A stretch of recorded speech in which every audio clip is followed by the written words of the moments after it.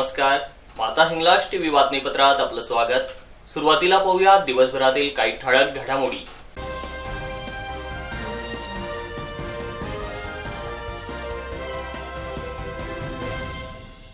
अज्ञात ट्रक चालकाने पुन्हा टाकले नाल्यात घातक केमिकल। सरकारच्या विरोधात बोलाल तर जेल जाल, मंत्री छगन भुजबळ। उघड्यावरील डीपीमुळे थाळनेरकरांच्या जीवास धोका, स्थलांतर करण्याची मागणी। अंत्योदय शिधापत्रिका द्यावी, मंत्री भुजबळांना प्रहार अपंग क्रांती सेनेची मागणी। कुसुंबा येथील पारधी दाम्पत्याकडून आयोजित कार्यक्रमाचं कुसुंबाकरांमधून कौतुक। इंडियन मेडिकल असोसिएशन तर्फे एक दिवसीय चर्चासत्र संपन्न। धुळ्यातील गजानन नागरी सहकारी पतसंस्थेची 25वी वार्षिक सभा संपन्न। शहरातील लक्ष्मी नागरी सहकारी पतसंस्थेची 17वी वार्षिक सभा उत्साहात पार। आणि शुक्रताल येथे आयोजित भागवत कथेत बाल श्रीकृष्णाचं दर्शन।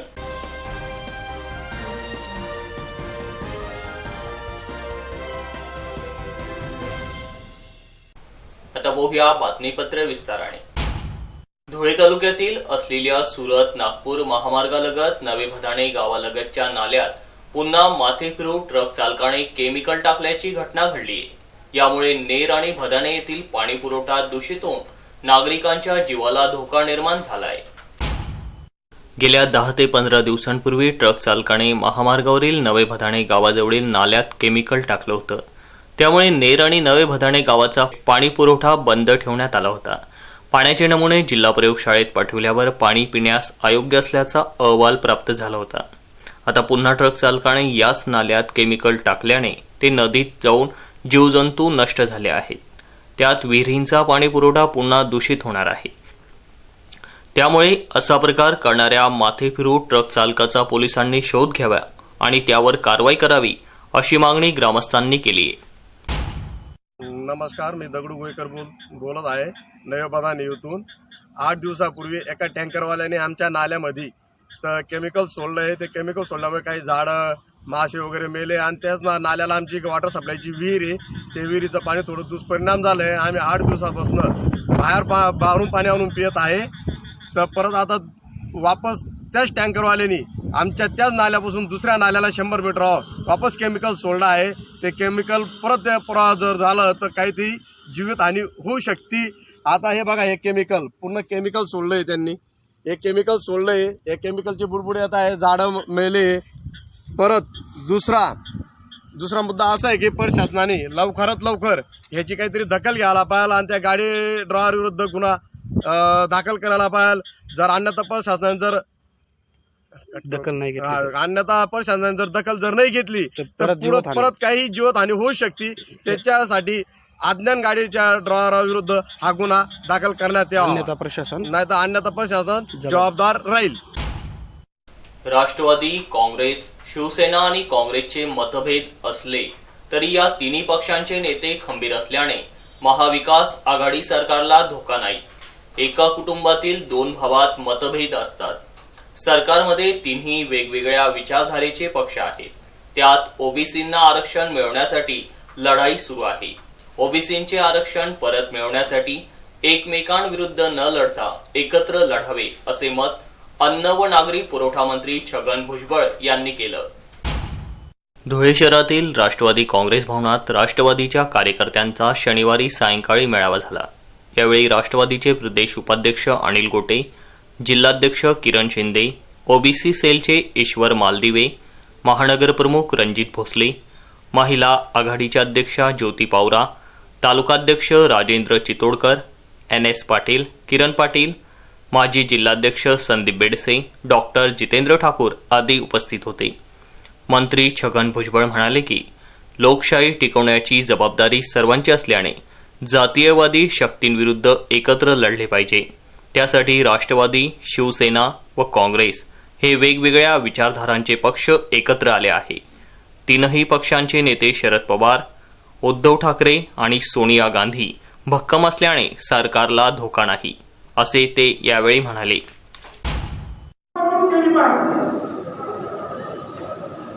जिल्हा परिषद पंचायत समितीपासून सुरू केली पाहिजे, नगरपालिका महापालिकेतून सुरू केली पाहिजे आणि शेवटी विधानसभा लोकसभेपर्यंत ती चळवळ गेली पाहिजे आणि पूर्णपणे पुन्हा एकदा गोरगरिबाचं राज्य फुले शाहू आंबेडकरांचं राज्य छत्रपती शिवाजींना विप्रेत शिवाजी महाराजांना विप्रेत असलेलं राज महात्मा गांधींचे राज हे निर्माण करण्यासाठी आपल्याला अडथळे दूर करावे त्यासाठी आपल्याला काम ठरलं ना आता ठिकाणी एकत्र आमच्यामध्ये सुद्धा भांडण होतं. एक पक्षाचं राज्य असलं तरी आम्हाला म्हणतात की नाही तुम्ही एक पक्ष आहे राष्ट्रवादी काँग्रेसचं काय की नाही तुमच्या भांडणाची नाही तर 3 पक्षाचं म्हटल्यानंतर भांडण झालं तुम्ही काळजी करायची तुम्ही कितीही काही म्हणा पण सरकार मजबूत मुकाबला करणार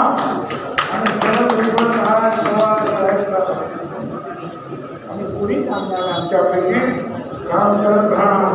हम ना बदलेंगे कभी, हम ना बदलेंगे वक्त की रफ्तार के साथ, हम ना बदलेंगे वक्त की रफ्तार के साथ जब भी मिलेंगे अंदाज पुराना होगा. विद्युत महामंडळातर्फे बसवण्यात आलेल्या डिप्पीमुळे थाळनेर ग्रामस्थांच्या जीवितास धोका पोहोचत आहे. त्यामुळे सदर डिप्पीचं स्थलांतर करावं अशी मागणी थाळनेर ग्रामस्थ करतायत. शिरपूर तालुक्यातील थाळनेर गावात विद्युत महामंडळातर्फे बसवण्यात आलेली डिप्पी उघड्यावर असल्यामुळे डिप्पी गावातील लहान मुलांच्या जीवाला धोका निर्माण करते. या संदर्भात संबंधित विभागास निवेदने देऊन तोंडी सूचना दिल्या गेल्या आहेत. तरीही संबंधित विभागाच्या माध्यमातून आज पावेतो कुठलीच दखल घेण्यात आलेली नाही. कधी काळी सदर डिप्पीमुळे ग्रामस्थांच्या जीवात धोका पोहोचून घटना घडली तर या सर्वस्वी जबाबदार संबंधित विद्युत वितरण कंपनी राहील असा इशारा थाळनेर ग्रामस्थांनी घटनास्थळावरून दिला आहे. विष्णू मंदिराजवळील हा परिसर आहे. इथे सेंट्रल बँक असल्यामुळे लोकांची नेहमी वर्दळ सुरू असते आणि नेमकं या ठिकाणावर महाराष्ट्र राज्य विद्युत परिवहन महामंडळाने इथे विजेची डिप्पी उभी केलेली आहे. वाहनांची नेहमी वर्दळ ये जा सुरू असते आणि लोक बी इथे ये जा करत असतात. त्याच्यामुळे इथे जीवित व वित्तहानी होण्याची शक्यता असते. त्यामुळे ही जी विजेची डिप्पी आहे ही इथून हलवून आपलं आठवडे बाजार परिसरात शिफ्ट करण्यात यावी अशी परिसरातील लोकांची मागणी आहे. आणि वाहनं येत जात असल्यामुळे इथे मोठा प्रॉब्लेम उभं राहण्याची शक्यता आहे. लोक मरून जातील एखाद्या दिवशी आणि त्याला जबाबदार कोण राहील एवढी मोठी गोष्ट असल्यामुळे ही डिप्पी इथून हलवून MSCBची जी ही डिप्पी आहे ही आठवडे बाजारात शिफ्ट करण्यात यावी अशी या लोकांची मागणी आहे. धुळे जिल्ह्यातील सर्व दिव्यांगांना अंत्योदय शिधापत्रिका देण्यात यावी या मागणीसाठी प्रहार अपंग क्रांती सेना धुळेतर्फे काल धुळे जिल्हा दौऱ्यावर आलेले अन्न व नागरी पुरवठा मंत्री छगन भुजबळ यांना या संदर्भाचं निवेदन देण्यात आलं.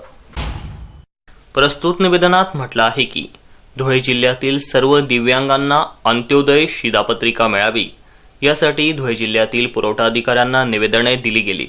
तरीही पुरवठा अधिकाऱ्यांतर्फे याकडे दुर्लक्ष होत आहे. त्यामुळे दिव्यांगांच्या या प्रलंबित मागणीची दखल घेऊन सर्व दिव्यांगांना अंत्योदय शिधापत्रिका मिळवून द्यावी अशी मागणी प्रहार अपंग क्रांती सेनेने मंत्री भुजबळ यांना दिलेल्या निवेदनातून केली आहे. निवेदन देतेवेळी अॅडव्होकेट कविता पवार, रामलाल जैन, सुनील घाटी, मुस्ताक शेख, सौ इंदुबाई क्षीरसागर, संजय सोनवणे, शीतल चव्हाण, अरुण पाटील आदी उपस्थित होते. नमस्कार.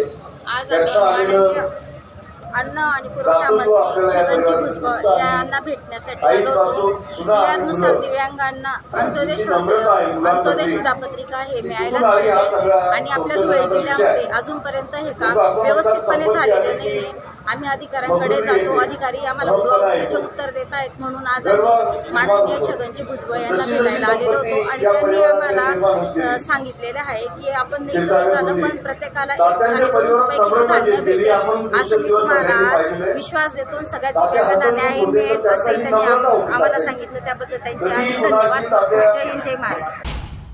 धुळे तालुक्यातील कुसुंबा येथील पारधी दाम्पत्याने आज आपल्या वैकुंठवासी आईच्या प्रथम पुण्यस्मरणानिमित्त गावात भव्यदिव्य अशी मिरवणूक काढून त्यांच्या मूर्तीची स्थापना केली. तालुक्यात पहिल्यांदाच असा कार्यक्रम घडून आल्याने कुसुंबाकरांमध्ये चर्चेचा विषय ठरला आहे.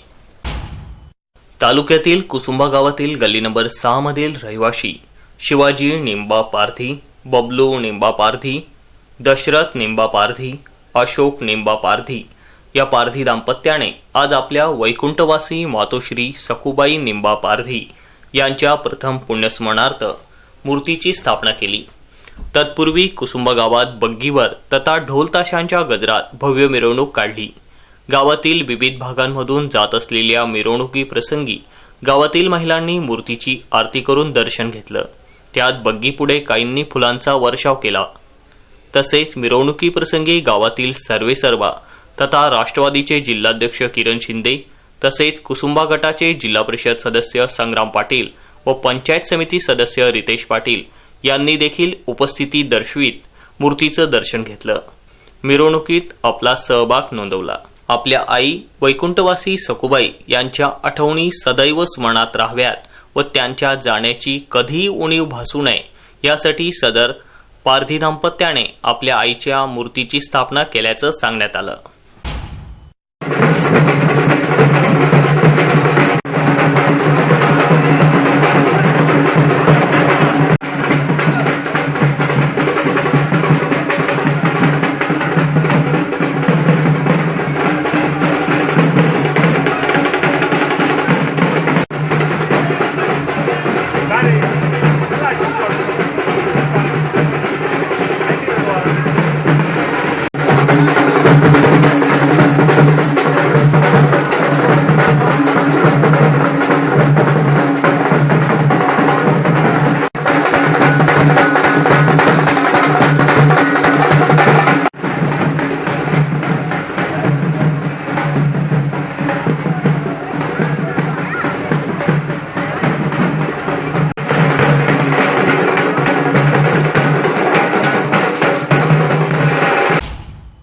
इंडियन मेडिकल असोसिएशन तर्फे आज एक दिवसीय चर्चासत्राचं आयोजन करण्यात आलं होतं.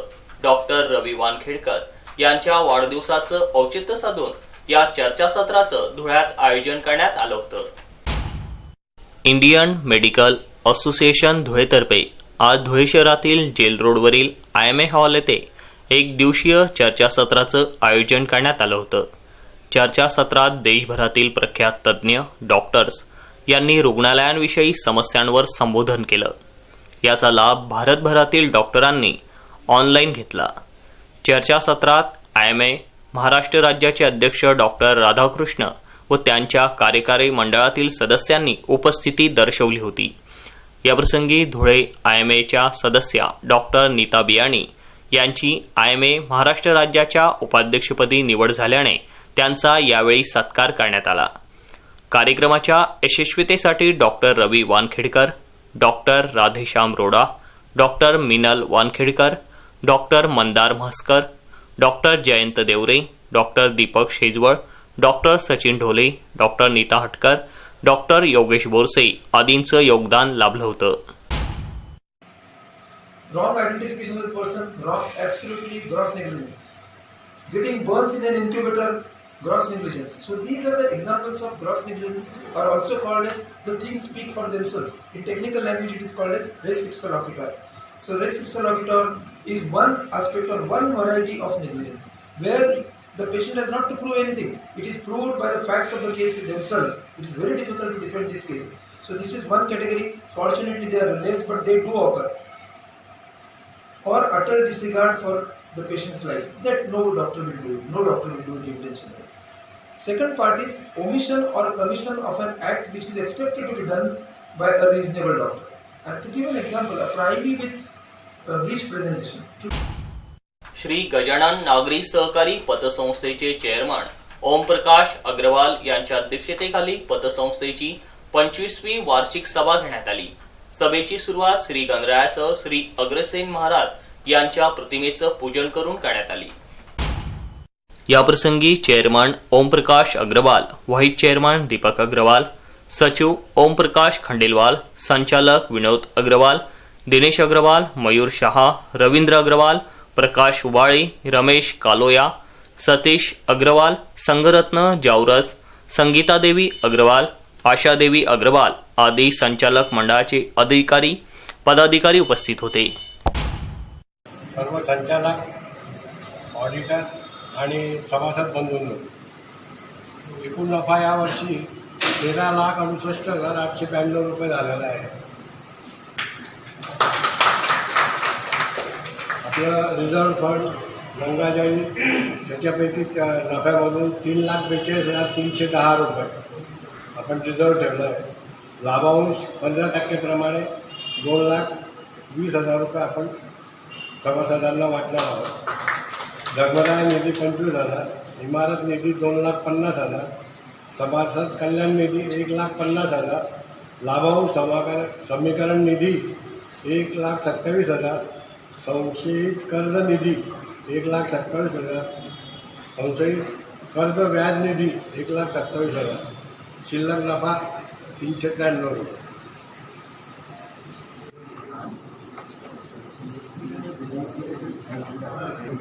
दोन 2021-22 लेखा परीक्षण करण्याकामी प्रमाणित लेखा परीक्षकाची नियुक्ती करण्याबाबत विचार विनिमय करते। धुळे शहरातील नागरी सहकारी पतसंस्थेची 17वी वार्षिक सभा आज मोठ्या उत्साहात संपन्न झाली। सभा संस्थेचे अध्यक्ष विनोद अग्रवाल यांच्या अध्यक्षतेखाली पार पडली। यावेळी Naresh Agarwal, Sampat Agarwal, Mayur Shah, Bipin Solanki, Indira Agarwal, Aruna Agarwal, advocate Rajesh Agarwal, S.V. Kapadnis, S.R. Pagare, Praveen Suryavanshi, Dnyaneshwar Mangidkar आदी उपस्थित होते। फक्त मी जे महत्वाचे आहे की आपला यावर्षीचा नफा 76,61,000 रुपये आहे। एवढा कठीण काळातही आपण 76,61,000 रुपये नफा, आपला जो नफा आहे तो मिळवला, त्याला आपण सर्वांची मंजुरी असेल तर मी त्याला मंजुरी देतो है ना। 83 लाख रुपये व खर्च 6,06,00,000 रुपये जातात। 76,61,000 रुपये आपण अंदाज केलेला आहे की पुढच्या वर्षी नफा होईल, याच आपली मंजुरी असल्यास मी त्याला पुढचा विषय आपल्या वैधानिक लेखा परीक्षकाची नेमणूक करणे। दरवर्षीच्या नियमाप्रमाणे आपण हा अधिकार संचालक मंडळाला द्यावा अशी मी आपल्या सभास विनंती करतो। तर आपल्या सर्व सभासदांची मंजुरी असल्यास मी तो संचालक मंडळाला अधिकार दिला असं। शुक्रताल हे पवित्र असं धार्मिक स्थळ आहे।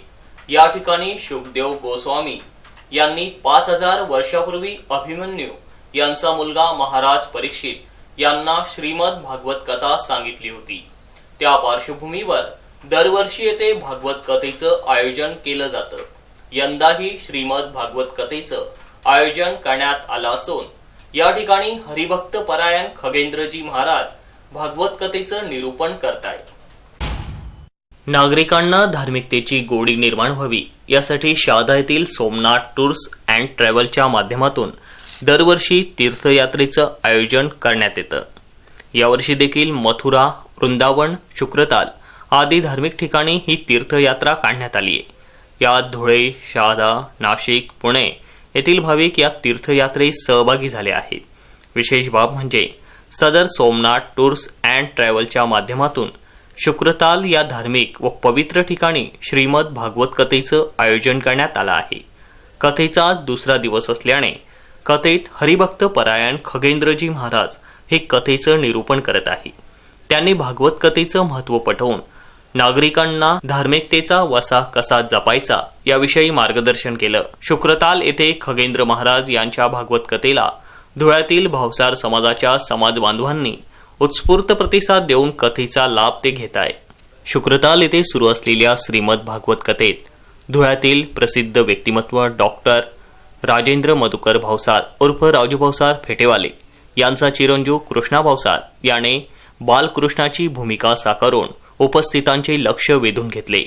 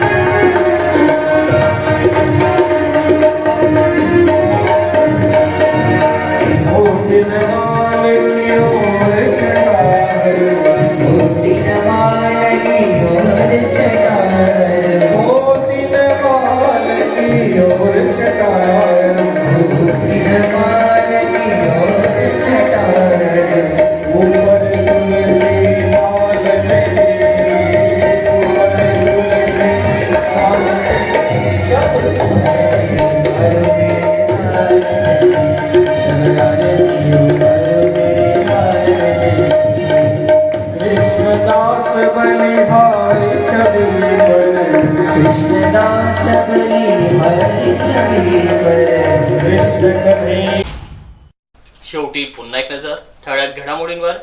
अज्ञात ट्रक चालकाने पुन्हा टाकले नाल्यात घातक केमिकल. सरकारच्या विरोधात बोलाल तर जेल जाल, मंत्री छगन भुजबळ. उघड्यावरील डीपीमुळे थाळनेरकरांच्या जीवात धोका, स्थलांतर करण्याची मागणी. अंत्योदय शिधापत्रिका द्यावी, मंत्री भुजबळांना प्रहार अपंग क्रांती सेनेची मागणी. कुसुंबा येथील पारधी दाम्पत्याकडून आयोजित कार्यक्रमाचं कुसुंबाकरांमधून कौतुक. इंडियन मेडिकल असोसिएशन तर्फे एक दिवसीय चर्चासत्र संपन्न. धुळ्यातील गजानन नागरी सहकारी पतसंस्थेची 25वी वार्षिक सभा संपन्न. शहरातील लक्ष्मी नागरी सहकारी पतसंस्थेची 17वी वार्षिक सभा उत्साहात पार. आणि शुक्रताल येथे आयोजित भागवत कथेत बाल श्रीकृष्णाचं दर्शन.